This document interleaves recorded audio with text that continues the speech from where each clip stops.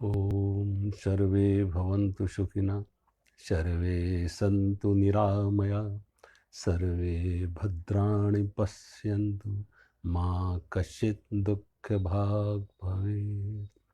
कर्पूरगौरं करुणावतारं संसारसारं भुजगेन्द्रहारं सदा वसन्तं हृदयारविन्दे भवं भवानी सहितं नमामि।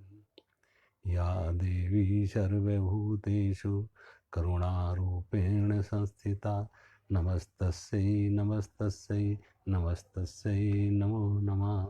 या देवी सर्वभूतेषु स्मृतिरूपेण संस्थिता नमस्तस्यै नमस्तस्यै नमस्तस्यै नमो नमः।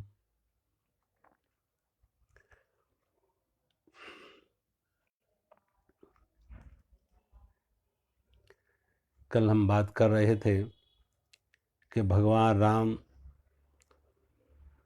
माता जानकी और लक्ष्मण जी के साथ 14 वर्ष के लिए वन में आए। केवट ने भगवान को गंगा पार उतारा और निषाद राज भगवान के साथ साथ चल रहे हैं। जहाँ भगवान रात्रि विश्राम करते हैं, निषाद राज उनके लिए पर्णकुटी बनाते हैं और निषाद राज और लक्ष्मण जी उनकी सुरक्षा में रहते हैं। तो यहाँ से चल के भगवान का पहला निवास हुआ प्रयागराज में भरद्वाज ऋषि के आश्रम में। और जब भरद्वाज ऋषि के आश्रम में भगवान का आगमन होता तो भरद्वाज ऋषि बहुत प्रसन्न होते और उनको लगा कि जैसे मैंने इतने समय से भगवान की जो उपासना पूजा साधना कर रहे थे उसका आज मुझे फल मिल गया कि भगवान ने हमारी उपासना हमारी साधना स्वीकार की, हमारी भक्ति स्वीकार की और भगवान आज स्वयं हमें दर्शन देने आ गए। एक रात्रि भगवान ने भरद्वाज ऋषि के आश्रम में निवास किया। फिर यहाँ से भगवान आगे चलते हैं तो भरद्वाज ऋषि ने अपने 4 शिष्य भी दिए साथ में, जो कुछ समय भगवान के साथ रहे। और फिर भगवान चित्रकूट धाम में पहुँचे। जब भगवान चित्रकूट धाम में पहुँचे तो भगवान राम ऋषि वाल्मीकि के आश्रम में पहुँचे। और ऋषि वाल्मीकि के आश्रम में जब पहुँचे तो ऋषि वाल्मीकि को प्रणाम किया। ऋषि वाल्मीकि ने भगवान का सब प्रकार से अभिनंदन किया, स्वागत किया, सम्मान किया, बैठने के लिए ऊंचा आसन दिया। तो ऋषि वाल्मीकि से भगवान ने एक प्रश्न किया, ऋषिवर, मैं 14 वर्ष के लिए वन में आया हुआ हूँ, क्या आप मुझे कुछ रहने की जगह बताएंगे जहां मैं रह सकूं? जब ऋषि वाल्मीकि से भगवान ने प्रश्न किया मुझे रहने की जगह बताओ, तो ऋषि वाल्मीकि मुस्कराए और कहा, राम तुम्हें रहने की जगह तो मैं बताऊं, लेकिन मेरे मन में भी एक प्रश्न है कि पहले मुझे तुम ये बता दो कि आप हैं कहाँ नहीं, आपकी अनुपस्थिति कहाँ है। जहाँ ना हो तहाँ कह देहु कहो, ठौर दिखावहूँ तो। जहाँ आप ना हो तो मैं बताऊं कि आप यहाँ नहीं है, तो यहाँ आप निवास करो। और आप तो राम हैं। राम शब्द का अर्थ ही है कि सर्वत्र रमे इति रामा, जो सर्वत्र रमण कर रहा है, सर्वत्र व्याप्त है, सर्वव्यापक है। अब सर्वव्यापक परमात्मा भी पूछेगा रहने की जगह बताओ। तो भगवान राम ने कुछ उत्तर नहीं दिया, मात्र मुस्कराए। और जब मुस्कराए तो ऋषि वाल्मीकि ने कहा, राम तुम्हारे मुस्कुराने से ही मुझे उत्तर मिल गया। अब मैं आपको जगह बता रहे, आप कहाँ रहो। सुनहु राम अब कहूँ निकेता, सुनहु राम अब कहूँ निकेता, जहाँ बसौ सिय लखन समेता। कहा मैं आपको रहने की जगह बता रहे कि आपको कहाँ रहना है। तो पहला स्थान क्या बताया ऋषि वाल्मीकि ने, जिनके श्रवण समुद्र समाना, जिनके श्रवण समुद्र समाना, ओ कथा तुम्हारे अमीय सर नाना, भरहि निरंतर होय न पूरे, तिनके गृह तुमको प्रभु रूरे। ऐसे भक्तों के हृदय में रहो। कहा किस भक्त के? जिनके श्रवण समुद्र समाना, जिनके कान कैसे हैं? समुद्र के समान। समुद्र के समान कैसे? कि समुद्र में कितनी ही नदियां जाके विलय हो जाती, मिल जाती, लेकिन समुद्र कभी इनकार नहीं करता कि बस अब मुझे और नहीं चाहिए, अब मैं तृप्त हूं, अब और नहीं चाहिए। जितनी भी नदियां जाएं, सागर उनके, समुद्र उनको स्वीकार करता जाता, स्वागत करता है। ऐसे ही जिनके कान श्रवण समुद्र के समान हैं और भगवान की कथा रूपी अमृत की नदियां जिनके कानों को कभी तृप्त ना करें, जो सदा अतृप्त ही रहे कि और भगवान की कथा सुनने को मिले, और भगवान की कथा सुनने को मिले, और भगवान की कथा सुनने, जो सदा भगवान के गुणगान सुनने के लिए अतृप्त रहे, ऐसे भक्त के हृदय में रहो। यानी जो भक्ति से कभी तृप्ति नहीं आती है, ध्यान रखना। कोई आदमी ये कहे प्रेम में सदा व्यक्ति अतृप्त रहता और वो मांग फिर संसार की नहीं होती है, और अंत में जाके वो मांग खत्म हो जाती तो पूर्ण विश्राम में चला जाता। वो पूर्ण विश्राम में तो पहले वो प्यास जगे और प्यास के बाद फिर तृप्ति आती है, कि पहले प्यास तो जग है, और जब प्यास जगती है तो जिनके हृदय समुद्र, जिनके श्रवण समुद्र समाना, कथा तुम्हारे अमीय सरनाना, भर ही निरंतर होए न पूरे, तिनके गृह तुमको प्रभु रूरे। ऐसे भक्त के हृदय में जिनके अंदर परमात्मा को के गुणगान सुनने की, परमात्मा को पाने की गहरी प्यास है, गहरी पिपासा है, और वो तब तक बाहर से नहीं, वो अंदर से ही तृप्त होगी। तिनके ही तुमको, क्योंकि भगवान का उनके हृदय में वास करो। ऐसे भगवान को लगभग 14 जगह बताए। एक जगह बताई तमाम तरह के कर, ये पूजा करो, ये पाठ करो, ये दान करो, ये पुण्य करो, ये व्रत करो, ये नियम करो, और अंत में कहती ये सब हमने जो बताए हैं इन सब का एक ही फल मांगो भगवान से। क्या? सबकर मांगहूं एक फल, सबकर मांगहूं एक फल, राम चरण रति हो, तिनके मन मंदिर बसो, सिय रघुनंदन दो। ये सारा का सारा जो साधना के नाम से पूजन, भजन, जाप, तीर्थ और तमाम तरह के दान, पुण्य, तर्पण जो कुछ कर रहे हैं, इन सब का एक ही भगवान से प्रेम वरदान मांगो। प्रभु इस सब के करने का एक ही है कि राम चरण रति हो, भगवान के चरणों में मेरी भक्ति हो, भगवान के चरणों में मेरा प्रेम हो। और जिनके अंदर सिर्फ एक ही मांग रह गई कि राम के, भगवान के चरणों में उनका हृदय तुम्हारे लिए शुभ जगह है रहने की। स्वामी सखा पितु मात गुर जिनके सब तुम तात, स्वामी सखा पितु मात गुर जिनके सब तुम तात, तिनके मन मंदिर बसो, सिय रघुनंदन सिय सहित दो भ्रात। किनके मंदिर में? स्वामी सखा पितु मात गुर, जिनके लिए तुम स्वामी भी हो, सखा भी हो, माता पिता भी हो, गुरु भी हो, जिनके लिए तुम सब कुछ हो, माता पिता सखा गुरु सब जिनके लिए हो। स्वामी सखा पितु मात गुरु जिनके सब तुम तात, तिनके मन मंदिर बसो, सिय सहित दो भ्रात। उनके मन हृदय में बसो, उनके मन में बसो, दोनों राम लक्ष्मण जानकी सहित, राम लक्ष्मण और माता जानकी के साथ। और अंत में घुमा फिरा के एक बात कही ऋषि वाल्मीकि ने कि देखो, जब आदमी घर से बाहर निकलता तो रहने के लिए बहुत जगह रहता। कभी कोई तीर्थ यात्रा पे जाता, कभी किसी होटल में रुका, तो कभी किसी धर्मशाला में रुका, कभी किसी मित्र के यहाँ के घर जाके रुका, और अगर कहीं कोई जगह नहीं है तो कभी कभी स्टेशन पर ही रात गुजार दी। तो रहने को आदमी जब घर से बाहर निकलता बहुत जगह रहता है, लेकिन जब उस यात्रा से वो वापस लौटता है और फिर अपने घर जब वापस लौटता है, तो जो सुकून, जो संतोष, जो विश्राम उसे अपने घर में मिलता, वो बाहर नहीं मिलता। तो भगवान को कहा अभी हमने रहने को आपको बहुत सारी जगह बता दी, अंत में अब आपको अपना घर बताते हैं कि आपका अपना घर कहाँ है। तो भगवान को अपना घर कहाँ बताया ऋषि वाल्मीकि ने? जाहि न चाहि कबहु कुछ, जाहि न चाहि कबहु कुछ, तुम सन सहज स्नेह और वसहु निरंतर तास और सोरा और निज गे।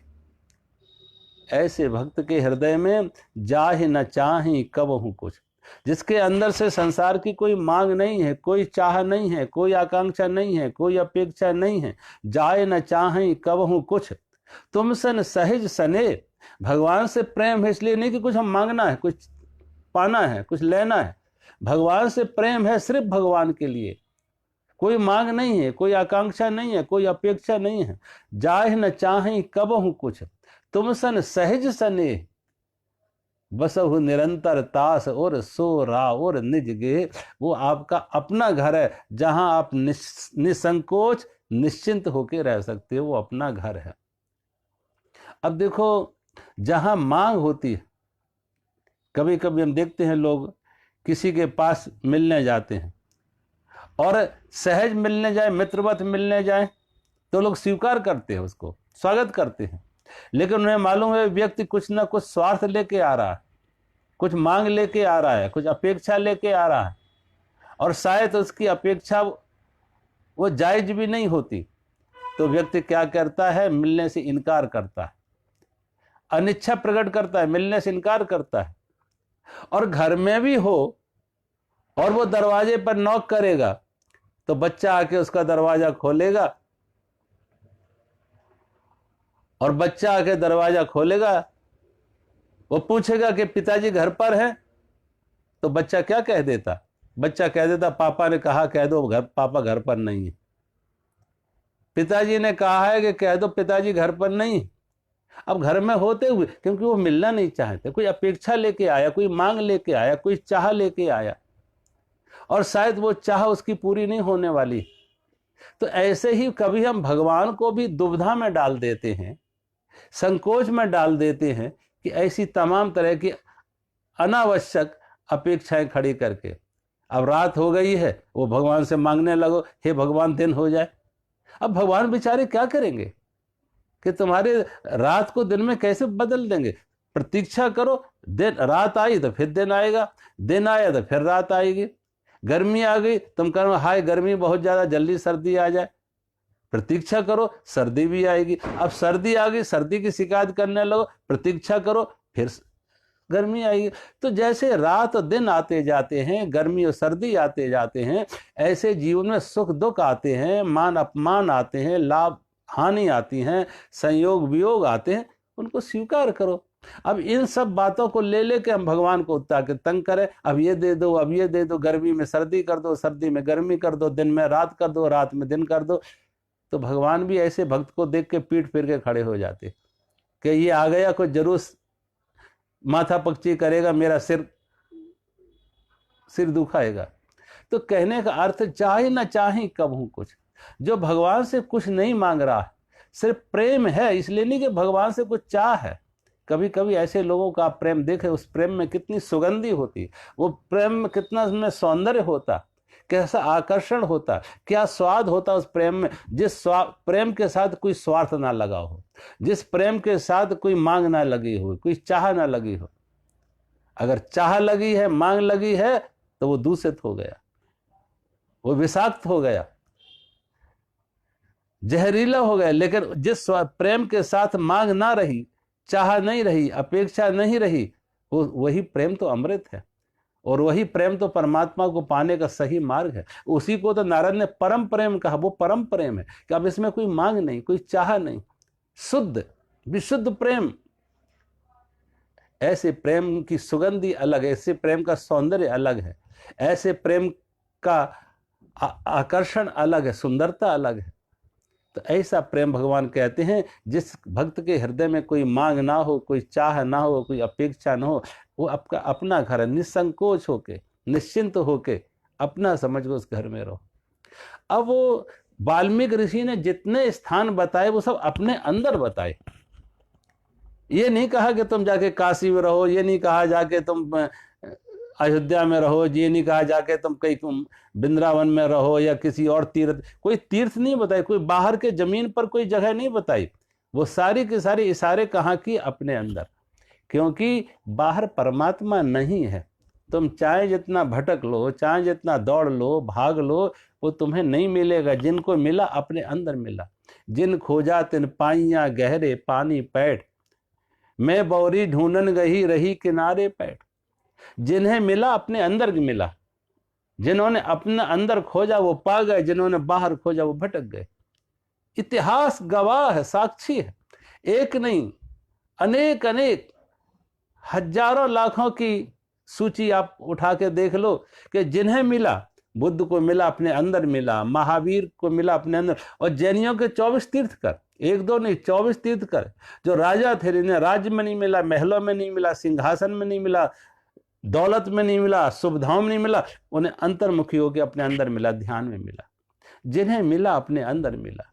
इसलिए ना वाल्मीकि ऋषि कह रहे, अगर उसको सच में पाना है तो अपने अंदर अंदर झांक लो। बाहर तो बहुत खोज लिए, तीर्थों में बहुत खोज लिए। कुरुते गंगा सागर गमनम, भज गोविंदम भगवान शंकराचार्य ने लगता, कुरुते गंगा सागर गमनम व्रत परिपालन अथवा ध्यानम ज्ञान विहीनम सर्वमतेन मुक्ति भजत ना जन्म सतेन। भगवान शंकराचार्य लिख रहे कि कुरुते गंगा सागर गमनम, कितनी तुमने तीर्थ यात्राएं की हैं, गंगा सागर, और कितनी तीर्थ यात्राएं की हैं।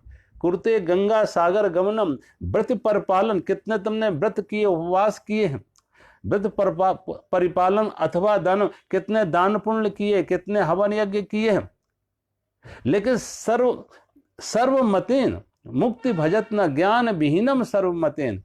भगवान शंकराचार्य के बिना ज्ञान के, ज्ञान विहीनम सर्वमतेन मुक्ति भजत न जन्म सतेन। सब संत, सब पंथ, सब ग्रंथ एकमत होकर ये स्वीकार करते हैं कि ज्ञान विहीनम सर्वमतेन मुक्ति भजत ना जन्म सतेन। 100 जन्म भी ले लो तो बिना ज्ञान के संसार से दुखों से छुटकारा नहीं होगा, आवागमन से मुक्ति नहीं होगी, दुखों से छुटकारा नहीं होगा। इसलिए सभी शास्त्र देखो, कोई हमने पंथ नहीं देखा। हिंदू धर्म हो, जैन धर्म हो, बौद्ध धर्म हो, सिख धर्म हो, ईसाई, सब घुमा फिरा के ध्यान को, समाधि को, अंतर्मुखी साधना को सब स्वीकार करते हैं। कोई विरोध में नहीं है। और बातों में विरोध हो सकता है, कुछ मूर्त पूजक होंगे, कुछ मूर्त पूजक नहीं होंगे, कोई इस मंदिर के, कोई उस मंदिर के, और चीजों में अलग अलग होगी। मंदिर अलग होंगे, गुरुद्वारे अलग होंगे, चर्च अलग होंगे, मस्जिदें अलग होंगी, बौद्ध विहार अलग होंगे, अलग अलग होंगे। जैनियों के मंदिर अलग होंगे, आर्य समाजियों के अलग होंगे, सनातनियों के अलग होंगे। लेकिन घुमा फिरा के इन सब मंदिर के लोग अंत में घुमा फिरा के कहाँ ले जाते? वो एक मंदिर अपने अंदर जो है, मन मंदिर, अपने अंदर की यात्रा सबकी एक जैसी है। अंत में घुमा फिरा के सब अंतर्मुखी साधना की बात करते हैं, अंदर के मंदिर की बात करते हैं, जहां सच में वो परमात्मा विराजमान है, वो राम विराजमान है। तो अपने अंदर हम अगर झांक लें, जिन्हें मिला अपने अंदर मिले। एक बार कहते हैं, जापान में बोधिसत्व नाम का एक बड़ा संत हुआ, बौद्ध भिक्षु। एक दिन वो सबके सामने बैठा हुआ सत्संग कर रहा था। अचानक भूकंप आया, धरती कपी, और जब धरती कपी तो लोग जो अंदर बैठे थे भवन के अंदर, वो बाहर दौड़े, कहीं ये भवन गिर ना जाए, बाहर दौड़े। लेकिन बोधिसत्व जहां बैठा तो वहीं बैठा रहा, वो अपनी जगह से ना हटा। थोड़ी देर में भूकंप शांत हुआ, जो बाहर गए थे लोग वो वापस आ जाते, और वापस आए लोगों ने बोधिसत्व से प्रश्न किया कि आपको मौत का भय नहीं था? हम सब मौत के भय के कारण बाहर भागे, सुरक्षित स्थान पर भागे, इस भवन से बाहर भागे, आप क्यों नहीं भागे? कि आपको मौत का भय नहीं था? बोधिसत्व ने कहा, नहीं, मुझे भी मौत का भय था। जैसे तुम्हें मौत का भय था, ऐसे मुझे भी मौत का भय था, और जैसे तुम भागे ऐसे मैं भी भागा। अंतर सिर्फ इतना था कि तुम बाहर भागे और मैं अंदर भागा। तुमने बाहर वो जगह तलाशी जहां मौत ना पहुंचे, और मैंने अपने अंदर भागा जहां मौत ना पहुंचे। और देखो बाहर तुम कितना ही भाग लो, सिकंदर को भी मरना पड़ा, नेपोलियन को भी मरना पड़ा, हिटलर को भी मरना पड़ा, रावण और कंस जैसे लोगों को भी मरना पड़ा। यानी जो जो इस जमीन पर आए हैं सभी को यहां से जाना पड़ा। बाहर दौड़ के कोई मुक्त नहीं हो पाया। लेकिन अगर मौत से कोई बचा है, किसी ने अमृत को पाया है और कोई उस अमृत तत्व को पी के, अमृत रस को पी के अगर कोई अमर हुआ है तो अपने अंदर से हुआ है। बुद्ध, शरीर बुद्ध का भी छूटा, लेकिन बुद्ध ने जो पाया, क्योंकि बुद्ध ने घर छोड़ा था इसी बात को लेके कि बुद्ध जब जन्म हुआ तो बुद्ध के पिता महाराज सुद्धोधन ने तमाम जोशियों को बुलाया। उन जोशियों ने अलग अलग भविष्यवाणी की, किसी ने कहा कुछ, किसी ने कहा कुछ। 10 ज्योतिषी थे, 10 में से 9 ने यह कहा कि इस बालक की 2 संभावनाएं हैं, यह तो यह कोई चक्रवर्ती सम्राट बनेगा या कोई महान संत बनेगा, ज्ञानी बनेगा, आत्मज्ञानी बनेगा। लेकिन उसमें से एक जोशी ऐसा था जिसका नाम था कोदन्ना। उसने कहा मैं बुद्ध के लिए 2 अंगुली नहीं उठाएंगे, 2 बातें नहीं कहेंगे, हम बुद्ध जैसे व्यक्ति के लिए एक ही बात कहेंगे, और वो एक बात यह है कि बुद्ध को संत ही बनना है, बुद्ध को आत्मज्ञानी ही बनना है, बुद्ध संसार से मुक्त रहेंगे। महाराज शुद्धोधन ने जैसे सुना कि मेरा पुत्र साधु ना बन जाए, सब तरह के उपाय कर दिए उनके आसपास, और उन्होंने सावधानी बरती कि बुद्ध को बैराग होने के 2-3 कारण हैं। बुद्ध किसी वृद्ध को ना देखें, किसी रोगी को ना देखें, और किसी की मौत ना देखें, तो शायद इनके अंदर से ये अज्ञान मोह का पर्दा ना हटे। लेकिन कहते हैं विधाता के लेखनी अमिट है, पर विधि के विधान को कोई बदल नहीं सकता। संयोग के बाद एक दिन भगवान बुद्ध, जिनका नाम सिद्धार्थ था, अपने सारथी चन्ना को लेके सुबह के समय भ्रमण पर जाते। पहले ही दिन उनको एक वृद्ध मिला जो लकड़ी का सहारा लेके जा रहा है। सिद्धार्थ ने पूछा अपने सारथी के कि ये लकड़ी का सहारा लेके क्यों जा रहा? कहा ये वो आदमी बूढ़ा हो गया, और जब बूढ़ापा आ जाता, वृद्धावस्था आ जाती है, तो अपने 2 पैर अपने शरीर के भार को संभालने में सक्षम नहीं होते हैं, तो तीसरे पैर की जरूरत पड़ती है, लकड़ी का सहारा। बुद्ध ने प्रश्न किया, सिद्धार्थ ने प्रश्न किया, क्या सभी को बुढ़ापा आएगा? कहा कोई अपवाद इसका नहीं है। अपने तरफ इशारा किया, क्या मुझे भी बुढ़ापा आएगा? चन्ना ने कहा निस्संदेह है, इसका कोई अपवाद नहीं है, बुढ़ापा सभी को आना है। बुद्ध थोड़े उदास हो गए कि जो बुढ़ापा कल आना था वो आज ही आ गया। दूसरे दिन निकले तो देखा एक रोगी को कराहते हुए, उसके बारे में पूछा ये कौन है? कहा ये रोगी है, इसको कोई बीमारी लगी? ये बीमारी क्या होती है? कहा मौत का कोई बहाना, ये बीमारी है, एक कदम अगला कदम मौत, मरने के लिए कोई ना कोई बहाना चाहिए, वो बहाना बीमारी। क्या बीमारी सभी को आती है?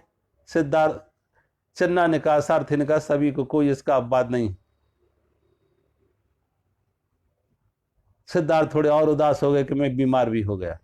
और तीसरे दिन एक शमशान यात्रा देखी, एक शव यात्रा देखी कि 4 लोग शव को कंधे पर उठाए शमशान भूमि की तरफ जा रहे हैं, राम राम सत्य है बोलते हुए। बुद्ध ने, सिद्धार्थ ने फिर वही प्रश्न किया, ये व्यक्ति कौन है जो 4 के कंधे पर जा रहा है? का ये इस नगर का बड़ा पहलवान है, बहुत बड़ा पहलवान है, मशहूर पहलवान है, लेकिन आज अपनी अंतिम यात्रा भी अपने पैरों नहीं कर सकता है, दूसरों के कंधे जा रहा अपनी अंतिम यात्रा में, इसकी मौत हो गई।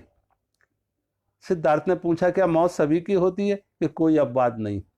क्या मेरी भी मौत होगी? सारथी ने कहा मुझे कहने में डर लग रहा कि मैं कैसे कहूं, लेकिन सच को छिपा भी नहीं सकता, कोई इसका अपवाद नहीं है, मौत तो आपकी भी होनी। सिद्धार्थ घर लौटे थे और उदास, कहा मौत भी आ गई। और कहते उस रात्रि वो सो ना सके, अर्धरात्रि को ही अपने सारथी चन्ना को उठाया और रथ पर बैठकर नगर से बाहर जाते, अपने राजसी वस्त्र उतार दिए, आभूषण उतार दिए। सारथी ने पूछा क्या हुआ? कहा मैं ऐसे जीवन की खोज में जा रहा, जिस जीवन में मौत ना हो, जिस जीवन में बुढ़ापा ना हो, बीमारी हो, ऐसे जीवन की खोज में जा रहा। और बुद्ध ने वो पाया, वो जीवन पाया जहां मौत ना पहुंचे, ना बीमारी ना पहुंचे। और वो जीवन कहां पाया? बाहर नहीं पाया, अपने अंदर पाया। हमारे अंदर जो हमारी चेतना रूप में है, चेतना है, हमारी आत्मा है, वही तो, उसकी कभी मौत नहीं, उसका कोई जन्म नहीं है। उसी को भगवान कृष्ण ने कहा, न जायते म्रियते वा कदाचित, नायम भूत्वा भविता वा न भूया, अजो नित्या शाश्वतो हम पुराणा न हन्यते हन्यमाने शरीर। जो हमारे अंदर चेतना रूप में परमात्मा बैठा है, तो राम बैठा है, उसका कभी जन्म नहीं हुआ और उसकी कभी मौत नहीं होगी। उसको कोई बीमारी नहीं, उसको कोई बुढ़ापा नहीं। नैनम छेदंती शस्त्राणी, नैनम दाहति पावका, नैनम क्लेदयन्त्यापा, नैनम शोषति मारुता। उस चैतन्य को, उस आत्मा राम को शस्त्र से काटा, तलवार से काटा नहीं जा सकता, आग से जलाया नहीं जा सकता, वायु से सुखाया नहीं जा सकता, जल से गलाया नहीं जा सकता। वो आत्मा रूपी राम हमारे अंदर बैठा है, वो बाहर नहीं बैठा है। जिन्हें मिला अपने अंदर मिला, जिन्होंने बाहर खोजा वो भटक गए, जिन्होंने अपना अंदर खोजा वो पा गए। और ऐसा नहीं है कि वाल्मीकि ऋषि ये कह रहे हैं कि हर किसी में वो है नहीं, है तो हर किसी में, लेकिन हर किसी को वो दिख क्यों नहीं रहा है? किसी को दिखता, किसी को क्यों नहीं? बुद्ध को दिखा। जब बुद्ध से किसी ने पूछा कि तुम घर से बाहर निकल के क्या पाया, तो बुद्ध ने कहा पाया तो कुछ नहीं, खोया बहुत कुछ। हमने अपना अज्ञान खोया, अपना मोह खोया, अपनी आसक्ति खोई, अपना अहंकार खोया, अपनी ममता खोई। पाया वो जो नित्य उपलब्ध था, पाया वो जो नित्य ही उपलब्ध था, उससे कोई दूरी नहीं थी। लेकिन ये पर्दे पड़े थे, इस अहंकार के, ममता के, चाह के पर्दे पड़े हुए थे। वो पर्दा हटा, वो तो परमात्मा तो नित्य प्राप्त था, वो राम तो नित्य प्राप्त था। तो है हर किसी के पास, लेकिन वहां रुकावट क्या है? उसी को ऋषि वाल्मीकि ने कहा, जा ही न चाहे कबहू कुछ। ये संसार की जो चाह है, वस्तु की चाह, व्यक्ति की चाह, परिवार की चाह, धन की चाह, प्रतिष्ठा की चाह, मान की चाह, ये जो संसार की चाह है, यही तो रुकावट है, यही तो पर्दा है। और ये पर्दे हटे तो नित्य साक्षात्कार हो जाए, तो हमारे अंदर बैठे उस परमात्मा से। तो अब वो परमात्मा अपने अंदर है, बार बार संतों के, गुरुओं के, ऋषियों के इशारे हैं, अपने अंदर है। वो शास्त्रों में नहीं मिलेंगे, वो शब्दों में नहीं मिलेंगे, वो किसी भाषा में नहीं मिलेंगे, और कहीं भाग दौड़ से भी नहीं मिलेंगे कि तुम कहो भाग दौड़ के यहां नहीं, या कहीं और जंगल में, घर में नहीं है तो जंगल में जाके मिले। जो जंगल में है वो घर में भी है, क्योंकि जंगल में कोई भगवान नहीं बैठा है, वो तो हमारे अंदर बैठा है। और जिन्होंने झांक लिया वो अपने अंदर ही झांक देख लिया कि अपने अंदर है। इसलिए गीता में जब भगवान श्री कृष्ण ने अर्जुन को ज्ञान दिया, उपदेश दिया, तो अंत में जाके जब पूरा का पूरा 18 अध्याय सुनाया, अर्जुन से पूछा अर्जुन क्या पाया, तो अर्जुन ने एक ही बात कही, नष्टो मोहा स्मृति लब्ध्वा। जिसकी विस्मृति थी उसकी स्मृति आ गई। एक बार कहते हैं कोई व्यक्ति नशा करके ठेके से घर आ गया। अब जब नशा उसने कर लिया, शराब पी गया, किसी तरह से पैर उसके लड़खड़ाते लड़खड़ाते अपने घर तक तो पहुंच गया, और घर के बाहर की सीढ़ियों पर बैठकर जोर जोर से रोने लगा, कोई मुझे मेरे घर पहुंचा दे, कोई मुझे मेरे घर पहुंचा दे। पड़ोसी उसकी रोना सुन के निकल कर आते और कहा, अरे भैया यही तो तुम्हारा घर है, तुम अपने घर की सीढ़ियों पर ही बैठे हो। उसने कहा, नहीं मेरा घर तो बहुत दूर है, मुझे मेरे घर पहुंचा दो, मैं रास्ता भूल गया। उसका रोना धोना सुन के उसकी मां भी घर से बाहर निकल आती और कहा, बेटा यही तुम्हारा घर है? कि नहीं, मेरे घर पर मेरी बूढ़ी माँ है, वो मेरी प्रतीक्षा कर रही होगी। वो बूढ़ी माँ ने कहा, मैं ही तेरी माँ हूं और यही तेरा घर है। वो कहते, नहीं तुम मेरी माँ नहीं हो और ये मेरा घर नहीं, मेरा घर तो बहुत दूर है। अपनी माँ को भी नहीं पहचान रहा, अपने घर को भी नहीं पहचान रहा, ऐसी गहरी मूर्छा। गांव के लोगों ने मजाक किया, एक गाड़ी पर बिठाया और गाड़ी पे बिठा के 2-4 घंटे एक गली से दूसरी गली, दूसरी गली से तीसरी गली, चौथी गली, खूब उसको चक्कर लगाया, 2-3 घंटे 4 घंटे लगाए। और इस बीच में उसको थोड़ा नशा कम करने के लिए कुछ देते गए खट्टा अट्टा।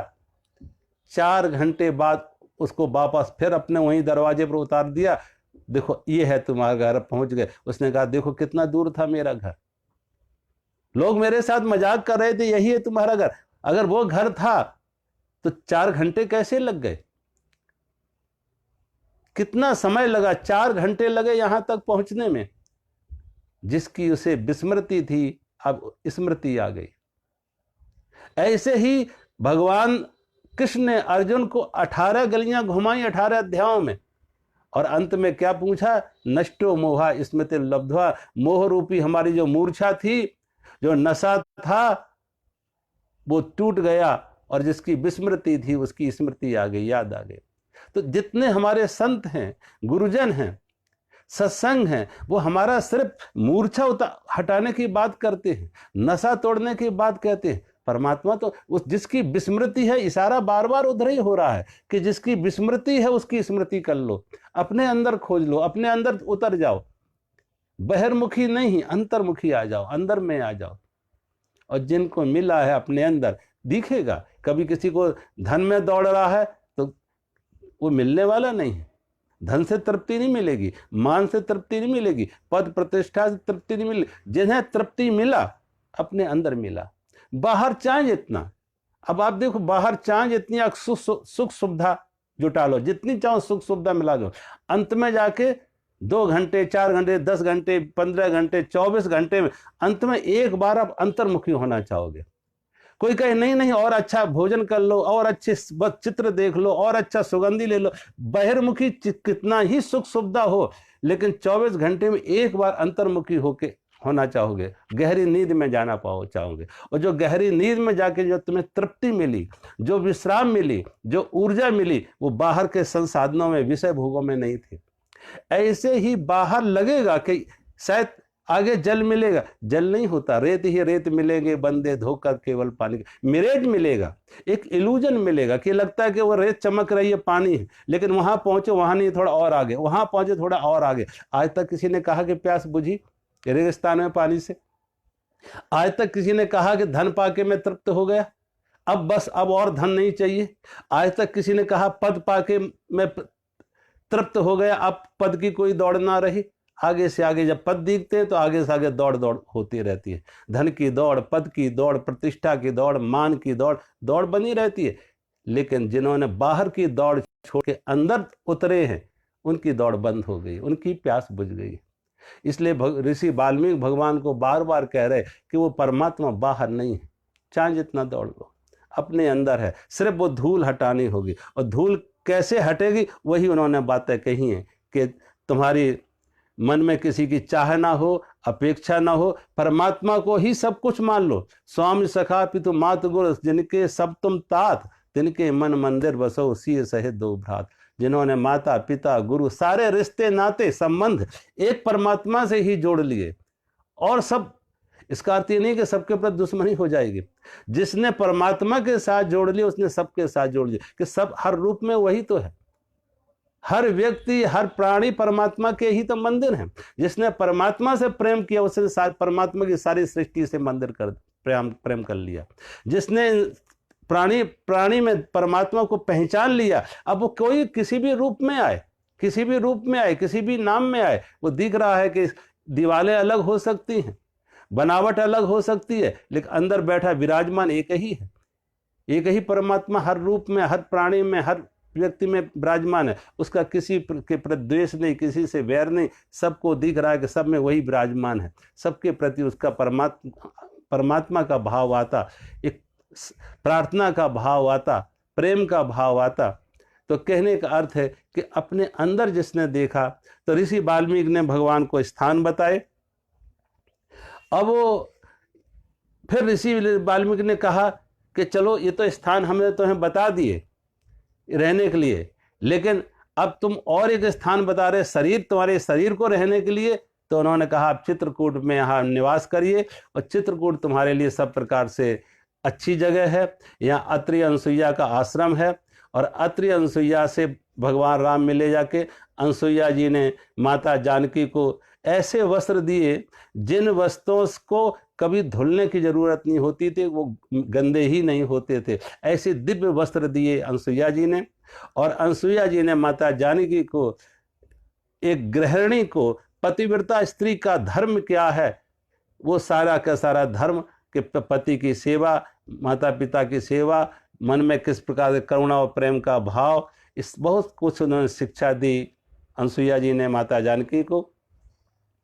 अब यहाँ से भगवान राम ने निषाद राज को वापस लौटाया, और जब निषाद राज को वापस लौटाया तो निषाद राज जब वापस आते हैं और देखा कि गंगा के उस पर जैसे उतरे तो देखा सुमंत जी और रथ वैसे के वैसे वहां पे खड़े हुए।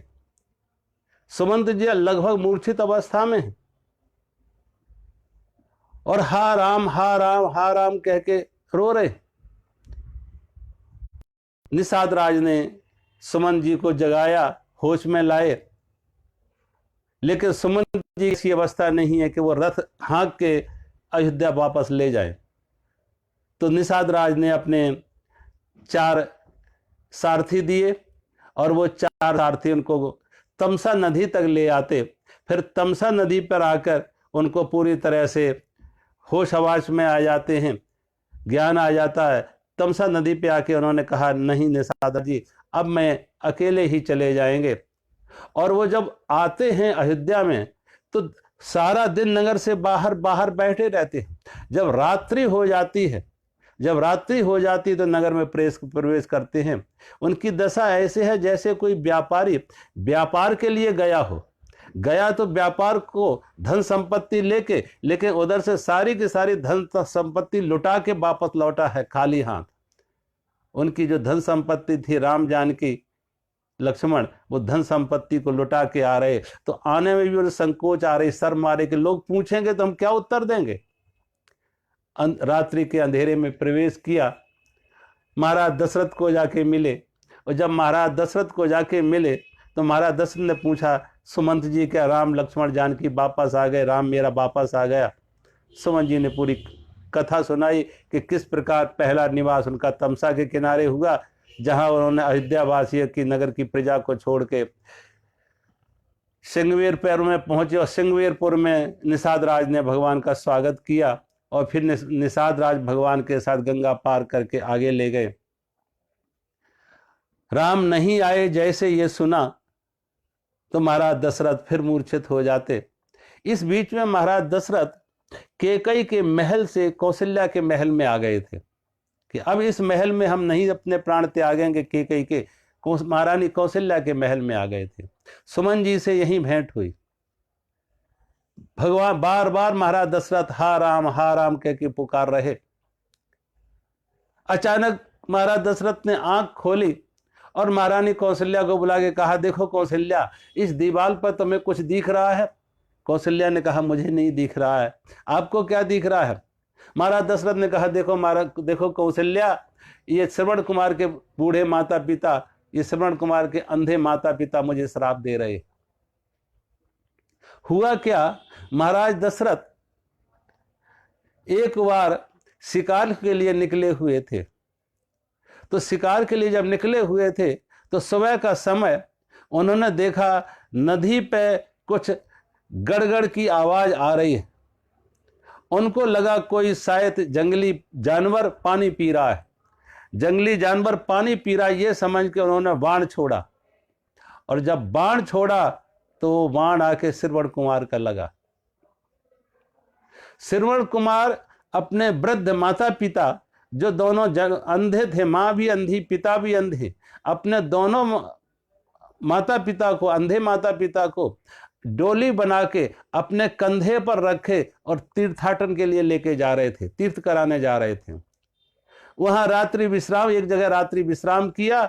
माता पिता प्यासे थे, लेने के लिए पानी लेने जाते हैं, और पानी में जब नदी में वो बर्तन डुबाया तो कमंडल जब डुबाया तो बर्तन के भरने से गड़गड़ाहट की आवाज हुई।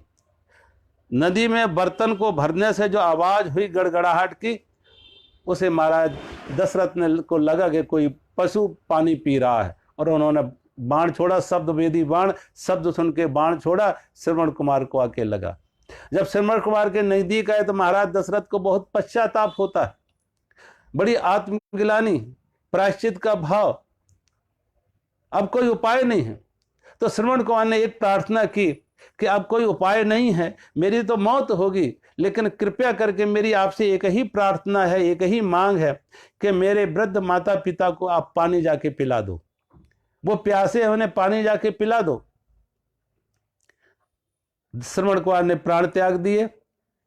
महाराज दशरथ पानी लेके श्रवण कुमार के बूढ़े माता पिता के पास आए तो बूढ़े माता पिता ने प्रश्न किया, श्रवण इतना देर कैसे लगी, क्या हो गया था, ऐसे विलंब क्यों, कैसे हुआ, तुझे क्या कारण बना? जब प्रश्न किया श्रवण तुझे देर कैसे हुई, विलंब कैसे हुई, क्या कारण हुआ, तो महाराज दशरथ चुप हुए, चुप रहे। महाराज दशरथ जब चुप रहे तो उन्हें और संदेह बढ़ गया कि ये बोलता क्यों नहीं है, और कहा जब तक तुम बोलोगे नहीं मैं पानी नहीं पिएंगे। अंत में जाके महाराज दशरथ को विवश होकर बोलना पड़ा और बताना पड़ा पूरा प्रसंग कि किस प्रकार भूल से, धोखे से मेरे द्वारा, मैं महाराज दशरथ अयोध्या का राजा, मेरे द्वारा भूल से श्रवण कुमार की हत्या हो गई है। जैसे श्रवण कुमार के बूढ़े माता पिता ने सुना मेरे पुत्र श्रवण कुमार की हत्या हो गई महाराज दशरथ के हाथों, तो बूढ़े माता पिता ने न तो जल पिया और महाराज दशरथ को श्राप दे दिया कि जैसे आज अब मैं प्राण त्यागने जा रहा हूं अपने पुत्र के वियोग में, मैं तुम्हें श्राप देते हैं कि तुम भी अपने पुत्र के वियोग में प्राण त्यागोगे। वो प्रसंग किसी और को मालूम नहीं था, महाराज दशरथ के अंतर मन में वो शब्द गूंज रहे थे श्रवण कुमार के माता पिता के कि जैसे मेरा पुत्र वियोग में मौत हुई वैसे तुम्हारी भी पुत्र वियोग में मौत होगी। आज महाराज दशरथ सामने की दीवार पर वही श्रवण कुमार के माता पिता को देख रहे हैं और कौशल्या से पूछ रहे, देखो कौशल्या, इस श्रवण कुमार के बूढ़े माता पिता मुझे श्राप दे रहे। और महाराज दशरथ ने, गुरु वशिष्ठ वहां थे, महारानी कौशल्या वहां थी, सुमित्रा वहां थी, सुमंत जी वहां थे मंत्री, इन सबको प्रणाम कर राम राम कह के और शरीर का त्याग किया। राम राम कह राम कह, राम राम कह राम कह, राम राम कह राम, और तन पर हर रघुवर वीरय, राव गयौ सुर धाम। कहते हैं ना, कोई किसी से जब विदा लेता है ना तो विदा लेते समय एक दूसरे को राम राम करते, राम राम कह के विदा लेते हैं। महाराज दशरथ ने सुमंत जी को, वशिष्ठ जी को, माता कौशल्या को, सबको राम राम कह के उनसे विदा ली और महाराज दशरथ ने प्राण त्याग दिए। देखो, इसलिए शास्त्र कहते हैं कि कोई भी कर्म कितना ही दुनिया को छिपा के तुम करो, लेकिन कुदरत से छिपाने का कोई उपाय नहीं है और स्वयं से छिपाने का भी कोई उपाय नहीं कि स्वयं भी हो, अपने अंदर भी वही परमात्मा बैठ, उससे छिपाने का कोई उपाय नहीं है। और ऐसी एक परिस्थिति आती है जब वही चित्र तुम्हारे सामने बनने लगते कि हाँ तुमने क्या क्या किया था, कौन कौन सी बुराइयां की थी। इसलिए शास्त्र कहते हैं कि ऐसा व्यक्ति जो बुराइयों के रास्ते पर जाता है, कानून से बच जाए, समाज की नजरों से बच जाए, लेकिन स्वयं से बचने का कोई उपाय नहीं, उसके अंदर एक गिल्ट बनेगी, एक अपराध की ग्रंथि बनेगी, उसके मन को कभी शांति नहीं मिलेगी, संतोष नहीं मिलेगा। कोई व्यक्ति भूल से, कोई साधु भूल से किसी का पैसा लेके चला गया, किसी दुकानदार का कोई पैसा उसने ज्यादा दे दिया भूल से, वो साधु लेके चला गया। जब साधु लेके चला गया, पैसा ज्यादा था तो उसके मन में लालच आ गया कि इस पैसे को मैं रख लूं, इस पैसे को मैं रख लूं, ये पैसा ज्यादा मैं रख लूं, मेरे बुढ़ापे में काम आएगा, मेरी और जरूरत की चीजें इससे हम खरीद सकेंगे। वो लालच आ गया उसके मन में कि मैं इसे रख लूं, बेईमानी आ गई, लालच आ गई, मैं रख लूं। रात भर वो साधु सो ना सका, और सो ना सका, सुबह आके वो उसको पैसे वापस करने आया तो उसने पूछा उस दुकानदार ने कि आप क्यों मुझे वापस करने, उस साधु ने कहा, देखो रात में मेरे घर में कलह रही, मेरे घर में रात भर कलह रही, मैं सो ना सका ठीक से, इसलिए मैंने कहा अच्छा ये घर की कलह मिटाने के लिए वापस कर दो। साधु ने कहा, उस दुकानदार ने कहा, तुम तो अकेले रहते हो, तुम्हारे घर में तो कोई है नहीं, कलह किससे थी? उसने कहा, हमारे अंदर हमारा मन और हमारी आत्मा के बीच में कलह होती रही। मन कहता था रख लो, आत्मा कहती थी नहीं रखो। मन और आत्मा के बीच में कलह होती रही और मैं रात भर सो ना सका। तुम कितना ही बचा लो, कितना ही छिपा लो, स्वयं से छिपाने का कोई उपाय नहीं है। आज महाराज दशरथ ने अपने प्राण त्याग दिए। गुरु वशिष्ठ ने उनके मृतक शरीर को तेल के कढ़ाई में रखा, तेल चारों के बीच में, जिससे उनका शरीर खराब ना हो। और भरत और शत्रुघ्न ननिहाल गए हुए थे, उनको बुलाया दूत भेज के और कहा उनको कहना, ये मत बताना कि महाराज दशरथ की मृत्यु हुई है, राम को वनगमन, कुछ ना बताना, खाली ये इतना ही जाके कहना कि गुरु वशिष्ठ ने तुम्हें याद किया और गुरु वशिष्ठ की आज्ञा के अनुसार मैं तुम्हें लेने आया। दूतों ने जब ये बात कही तो भरत शत्रुघ्न को भी आश्चर्य हो रहा था कि आखिर ऐसी क्या इमरजेंसी आ गई, ऐसी क्या आपात स्थिति आ गई जो गुरु वशिष्ठ जी मुझे बीच में बुला रहे हैं। लेकिन बिना कुछ तर्क किए, बिना कुछ पूछे वो बाप आते हैं दूतों के साथ, और जब अयोध्या में प्रवेश किए तो अयोध्या ऐसी लगी जैसे अयोध्या उजड़ गई हो पूरी तरह से। कोई भी भरत को देख के उनका स्वागत नहीं कर रहा, कोई सम्मान नहीं कर रहा, किसी के चेहरे पर कोई मुस्कान नहीं है, किसी के जीवन में कोई संगीत नहीं है। सब ऐसे लगा, फूल भी मुरझाए हुए हैं, पशु पक्षी भी ऐसा लग रहा है जैसे रुदन कर रहे हैं, और सभी व्यक्तियों के, नगरवासियों के चेहरों पर दुख का, संताप का, पीड़ा का एक भाव लिए हैं। किसी ने उनका स्वागत सम्मान नहीं किया। जब भरत जी अपनी माता केकई के पास पहुंचे तो माता केकई ने कहा, सिर्फ केकई के चेहरे पर मुस्कान थी। पूरी अयोध्या में अगर किसी के चेहरे पर मुस्कान थी तो केकई के चेहरे पर, मंथरा के चेहरे पर।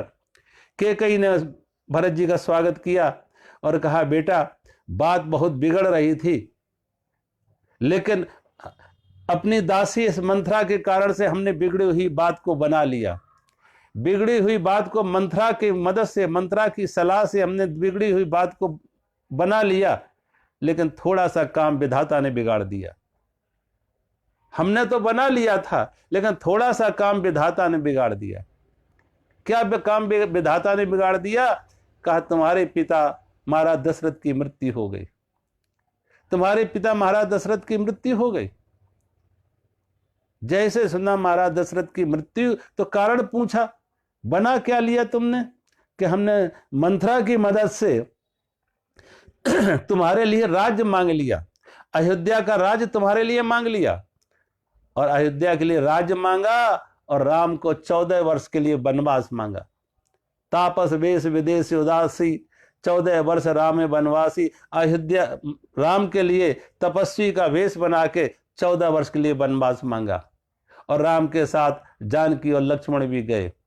जैसे ये सुना भरत जी के कान में पड़े कि राम का वनगमन, लक्ष्मण और जानकी साथ में, पिता भगवान राम के वियोग में पिता की मौत पीछे रह गई, भगवान राम का वनगमन, भरत जी को तड़प उठे।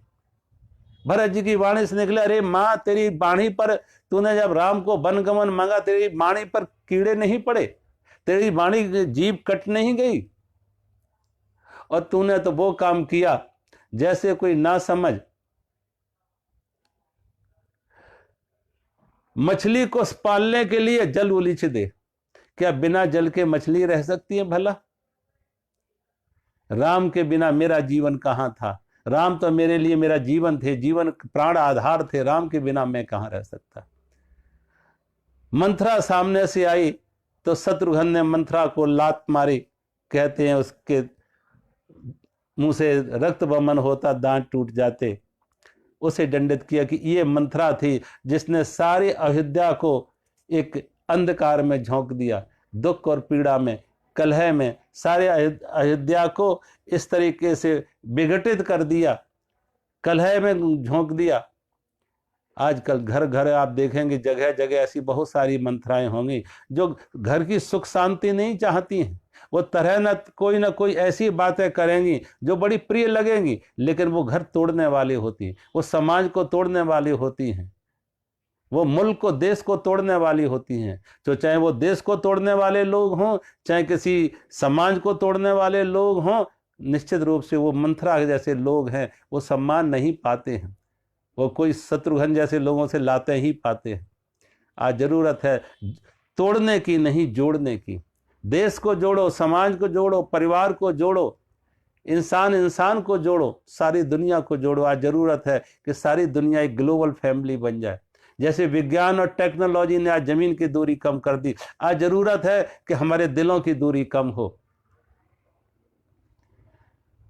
भगवान राम यहीं से माता कौशल्या के पास जाते हैं और माता कौशल्या को जाके कहा, माँ अगर राम को वन गमन जाने में मेरी कोई इच्छा हो रही होगी, मेरी कोई राह रही होगी, मेरी कोई सलाह रही होगी, मेरे मन में कोई कामना रही हो तो मुझे तरह तरह का है, मुझे नरक मिले, मुझे ये पीड़ा मिले।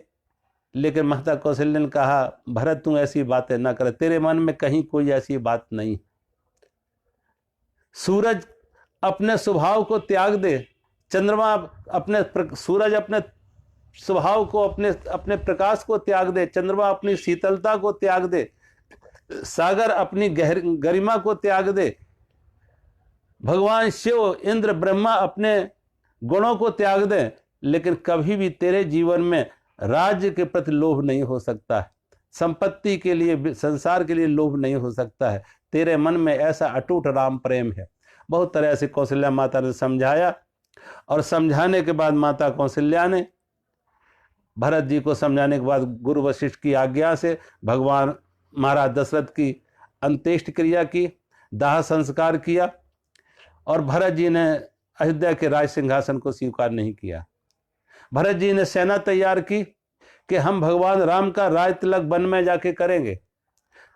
तीनों माताओं को साथ लिया, महारानी कौशल्या भी, केकई भी, सुमित्रा भी, तीनों माताएं साथ। अब सुमित्रा केकई को भी बहुत पश्चाताप, हमसे बड़ी भूल हो गई। तीनों माताएं साथ होती हैं, गुरु वशिष्ठ साथ होती है, सुमन जी साथ होते हैं, भरत और शत्रुघ्न साथ होती है, नगर की प्रजा भी साथ होती है। और जब जाते हैं राम को मनाने के लिए तो पहले वो पैदल चलते हैं, लेकिन माता कौशल्या ने बहुत आग्रह किया, नहीं बेटा तुझे पैदल नहीं चलना है। तो माता कौशल्या के कहने से वो रथ पर बैठे। आगे जाके सिंहवीरपुर में जब पहुंचे तो निषाद राज को लगा कि शायद राम से ये युद्ध करने भरत जा रहा है। आखिर बेटा तो केकई का है, जिस माँ ने राम को वनवास मांगा, भाई उस ऐसे माँ का बेटा कैसे अच्छा हो सकता है। कहीं बमूल में भी फूल लगेंगे, बमूल में तो कांटे ही आते हैं। जिसकी माँ के मन में कितने कपट हो, कुत्सित भाव हो, उसका बेटा कहाँ अच्छा होगा। तो उनको लगा भरत कहीं युद्ध करने राम के लिए जा रहे। तो निषाद राज ने अपनी सेना तैयार कर ली कि राम से युद्ध करने से पहले हम युद्ध करेंगे, हम भरत को आगे नहीं जाने देंगे। सारी युद्ध की जब तैयारी हो जाती तो उनमें से एक बूढ़ा कहता कुछ अपशकुन हो रहा है, और उस अपशकुन के अनुसार तुम जल्दबाजी युद्ध की ना करो, पहले मालूम करो कि ये राम से प्रीति करने जा रहे हैं या वैर लेके जा रहे हैं, शत्रुता के भाव से जा रहे हैं, मित्रता के भाव से जा रहे हैं, पहले उसकी पहचान कर लो। कैसे पहचान कर लो? उन्होंने कहा 3 तरह के भोजन ले जाओ, फल ले जाओ, मांस मछली ले जाओ, और अगर भरत की दृष्टि मांस मछली पर हो तो समझो युद्ध के लिए जा रहे हैं। इनके अंदर राजसी वृत्ति है, इनके अंदर तामसी वृत्ति है, और फलों पर इनकी दृष्टि हो तो समझो सात्विक दृष्टि है, ये युद्ध के लिए नहीं जा रहे। भरत जी, निषाद राज ने वैसी ही व्यवस्था की, भरत जी का स्वागत किया। आगे जाके 3 तरह के पकवान ले जाके, फल फूल, मांस मछली, लेकिन भरत जी की दृष्टि किसी पर नहीं जाती। भरत जी तो त्रिगुणातीत हैं, सत रज तम, तीनों गुणों से मुक्त हो गए। ऐसी भगवान की भक्ति में डूबे, जो भगवान की भक्ति में डूब जाता वो तीनों गुणों से मुक्त हो जाता, सत्व गुण से भी मुक्त हो जाता। भरत जी की दृष्टि कहीं नहीं जाती। और गुरु वशिष्ठ ने परिचय कराया। गुरु वशिष्ठ ने कहा, भरत ये वही निषाद राज हैं जो भगवान राम के मित्र हैं, और भगवान राम के मित्र होने के कारण ये भगवान राम को नदी पार उतारते और यही भगवान राम के साथ गए थे। जब निषाद राज का परिचय कराया तो भरत जी रथ से उतर जाते हैं और रथ से उतर के निषाद राज को आलिंगन करते, गले लगाते। और ऐसा लगा जैसे एक बार निषाद राज, भरत जी को निषाद राज के रूप में राम ही मिल गए हों। दोनों के बीच में आलिंगन होता, गले लगते हैं।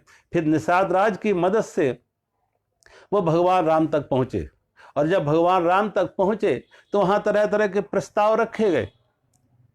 वहां इस बीच में महाराज जनक भी थे, वहां पे महाराज जनक की पत्नी सुनैना जी भी थी, गुरु वशिष्ठ थे, तीनों माताएं थीं, सुमंत जी, सबने प्रस्ताव रखा कि राम को वन वापस लौटे। लेकिन राम आने से इनकार करते हैं कि हमारे रघुकुल पर ये कलंक ना लगे, पिता की बात सत्य हो, इसलिए हम वन से वापस नहीं लौटना चाहते। भरत जी ने तरह तरह के प्रस्ताव रखे कि भैया 14 वर्ष के लिए पिता की वाणी सत्य होगी, मैं 14 वर्ष के लिए वन में रहेंगे, आप अयोध्या वापस लौटे। भगवान राम ने कहा, नहीं, 14 वर्ष के वन के लिए मुझे मत दिया है, मुझे रहना है। भरत जी ने कहा, मैं पूरा जीवन वन जाने को तैयार हूं, आप वापस लौटे। किसी भी तरह से गुरु वशिष्ठ ने समझाया, महाराज जनक ने समझाया कि राम कहते हैं नहीं, पिता की बात पर कलंकित ना हो, पिता की बात झूठ ना हो, पिता की बात सत्य ही रहे, इसलिए मुझे पिता की बात का पालन करना है। और अंत में भरत जी ने भगवान राम की चरण पादुका ली और भगवान राम की चरण पादुका लेके वापस अयोध्या लौटते हैं। और जब वापस अयोध्या लौटे तो भरत जी ने राज सिंहासन पर नहीं बैठे, भगवान राम की चरण पादुका को अयोध्या के राज सिंहासन पर रखा और स्वयं अयोध्या से बाहर नंदीग्राम में जाके जिस प्रकार से भगवान राम वन में 14 वर्ष रहे, तपस्वी का वेश बनाकर, वलकल वस्त्र धारण करके, कंदमूल फल का आहार लेके, धरती का बिछावन, आकाश की ओढ़नी, ऐसे ही भरत जी नंदीग्राम में रहते हैं। बिल्कुल तपस्वियों की तरह 14 वर्ष अयोध्या की रक्षा तो की, लेकिन तपस्वी के रूप में भगवान राम ने जो तपस्या वन में जाके की, ठीक वही की वही तपस्या भरत जी ने नंदीग्राम में रह के की, अयोध्या की रक्षा की। यहीं से भगवान राम आगे चल के फिर चित्रकूट से दंडकारण्य में पहुंचते हैं। और दंडकारण्य में जब पहुंचे तो वहां पे एक दिन शूर्पणखा घूमती फिरती आती है और शूर्पणखा ने भगवान राम के सामने विवाह का प्रस्ताव रखा। तुम सम पुरुष न मोह सम नारी, ये संयोग विधि रचा विचारी, कि तुम सम पुरुष न मोह सम नारी, ये संयोग विधि रचा विचारी। तुम्हारा जैसा कोई सुंदर पुरुष नहीं है और मेरी जैसी कोई सुंदर स्त्री नहीं है, लगता है विधाता ने ये संयोग बहुत सोच समझ के रचा है। राम के सामने विवाह का प्रस्ताव रखा। जब राम के सामने विवाह का प्रस्ताव रखा तो भगवान राम ने जानकी की तरफ इशारा करके कहा, देखो मैं तो विवाहित हूं, मेरे साथ मेरी पत्नी सीता है, तुम मेरे छोटे भाई लक्ष्मण के पास चले जाओ, वो अकेला है। जब उस लक्ष्मण जी के पास गए तो लक्ष्मण जी ने कहा, मैं तो उनका सेवक हूं और वो मेरे स्वामी हैं, अगर तुम मेरे से विवाह रचाओगी तो तुम्हें सुख नहीं मिलेगा, क्योंकि मैं तो राम का सेवक हूं, तुम्हें सीता की सेवा करने पड़ेगी, जानकी जी की सेवा करने पड़ेगी। फिर वापस भगवान राम के पास आते हैं, फिर राम के सामने विवाह का प्रस्ताव होगा। जब देखा राम ने इनकार करे सीता की वजह, तो सीता को ही मारने के लिए दौड़ती है। इसी बीच में फिर लक्ष्मण आ जाते और लक्ष्मण ने शूर्पणखा के नाक और कान काट दिए। जब शूर्पणखा के नाक और कान काट दिए तो रोती हुई वो खरदूषण के पास जाती है। खरदूषण त्रिसरा सुबाहु भगवान के साथ युद्ध करने आते हैं। भगवान ने सुबाहु को और खरदूषण को की सेना का संहार किया, सबका वध किया, सबके बाणों के द्वारा सबको भगवान के लोग पहुंचाया। अंत में ये शूर्पणखा रोती हुई रावण के पास आती है तो रावण ने पूछा, क्या तुमने, ये तुम्हारा हाल किसने किया, ये तुम्हारा सारा मेकअप किसने किया? तो कहा जंड का रण में 2 राजकुमार हैं, उनके साथ एक सुंदर स्त्री है। वो सुंदर स्त्री को मैं प्रस्ताव लेके गए थे तुमसे विवाह रचाने के लिए कि रावण राजा है, रावण के साथ ऐसी सुंदर स्त्री का विवाह हो, लेकिन एक छोटे तपस्वी ने मेरी नाक कान काट लिए। रावण ने कहा, यह बात तुमने खरदूषण को नहीं कहा, सुबाहु को तुमको नहीं कहा? कहा मैंने उनके पास जाके कहा, उन्होंने तुम्हारी मदद नहीं की कि वो गए युद्ध के लिए, लेकिन खरदूषण भी मारा गया, सुबाहु भी मारा गया। रावण को लगा जो खरदूषण का वध कर सकता वो कोई सामान्य मनुष्य नहीं हो सकता, वो निश्चित ही परमात्मा का अवतार हो चुका है, भगवान का अवतार हो चुका है, निर्गुण ब्रह्म सगुण रूप में प्रकट हो चुका है। और अब यहाँ पे क्या उसने मन में प्लानिंग की कि किस तरीके से राम के साथ बदला लेना है, उस प्रसंग को हम कल कहेंगे। आज कथा को यहीं विराम देते हैं। हरि ओम।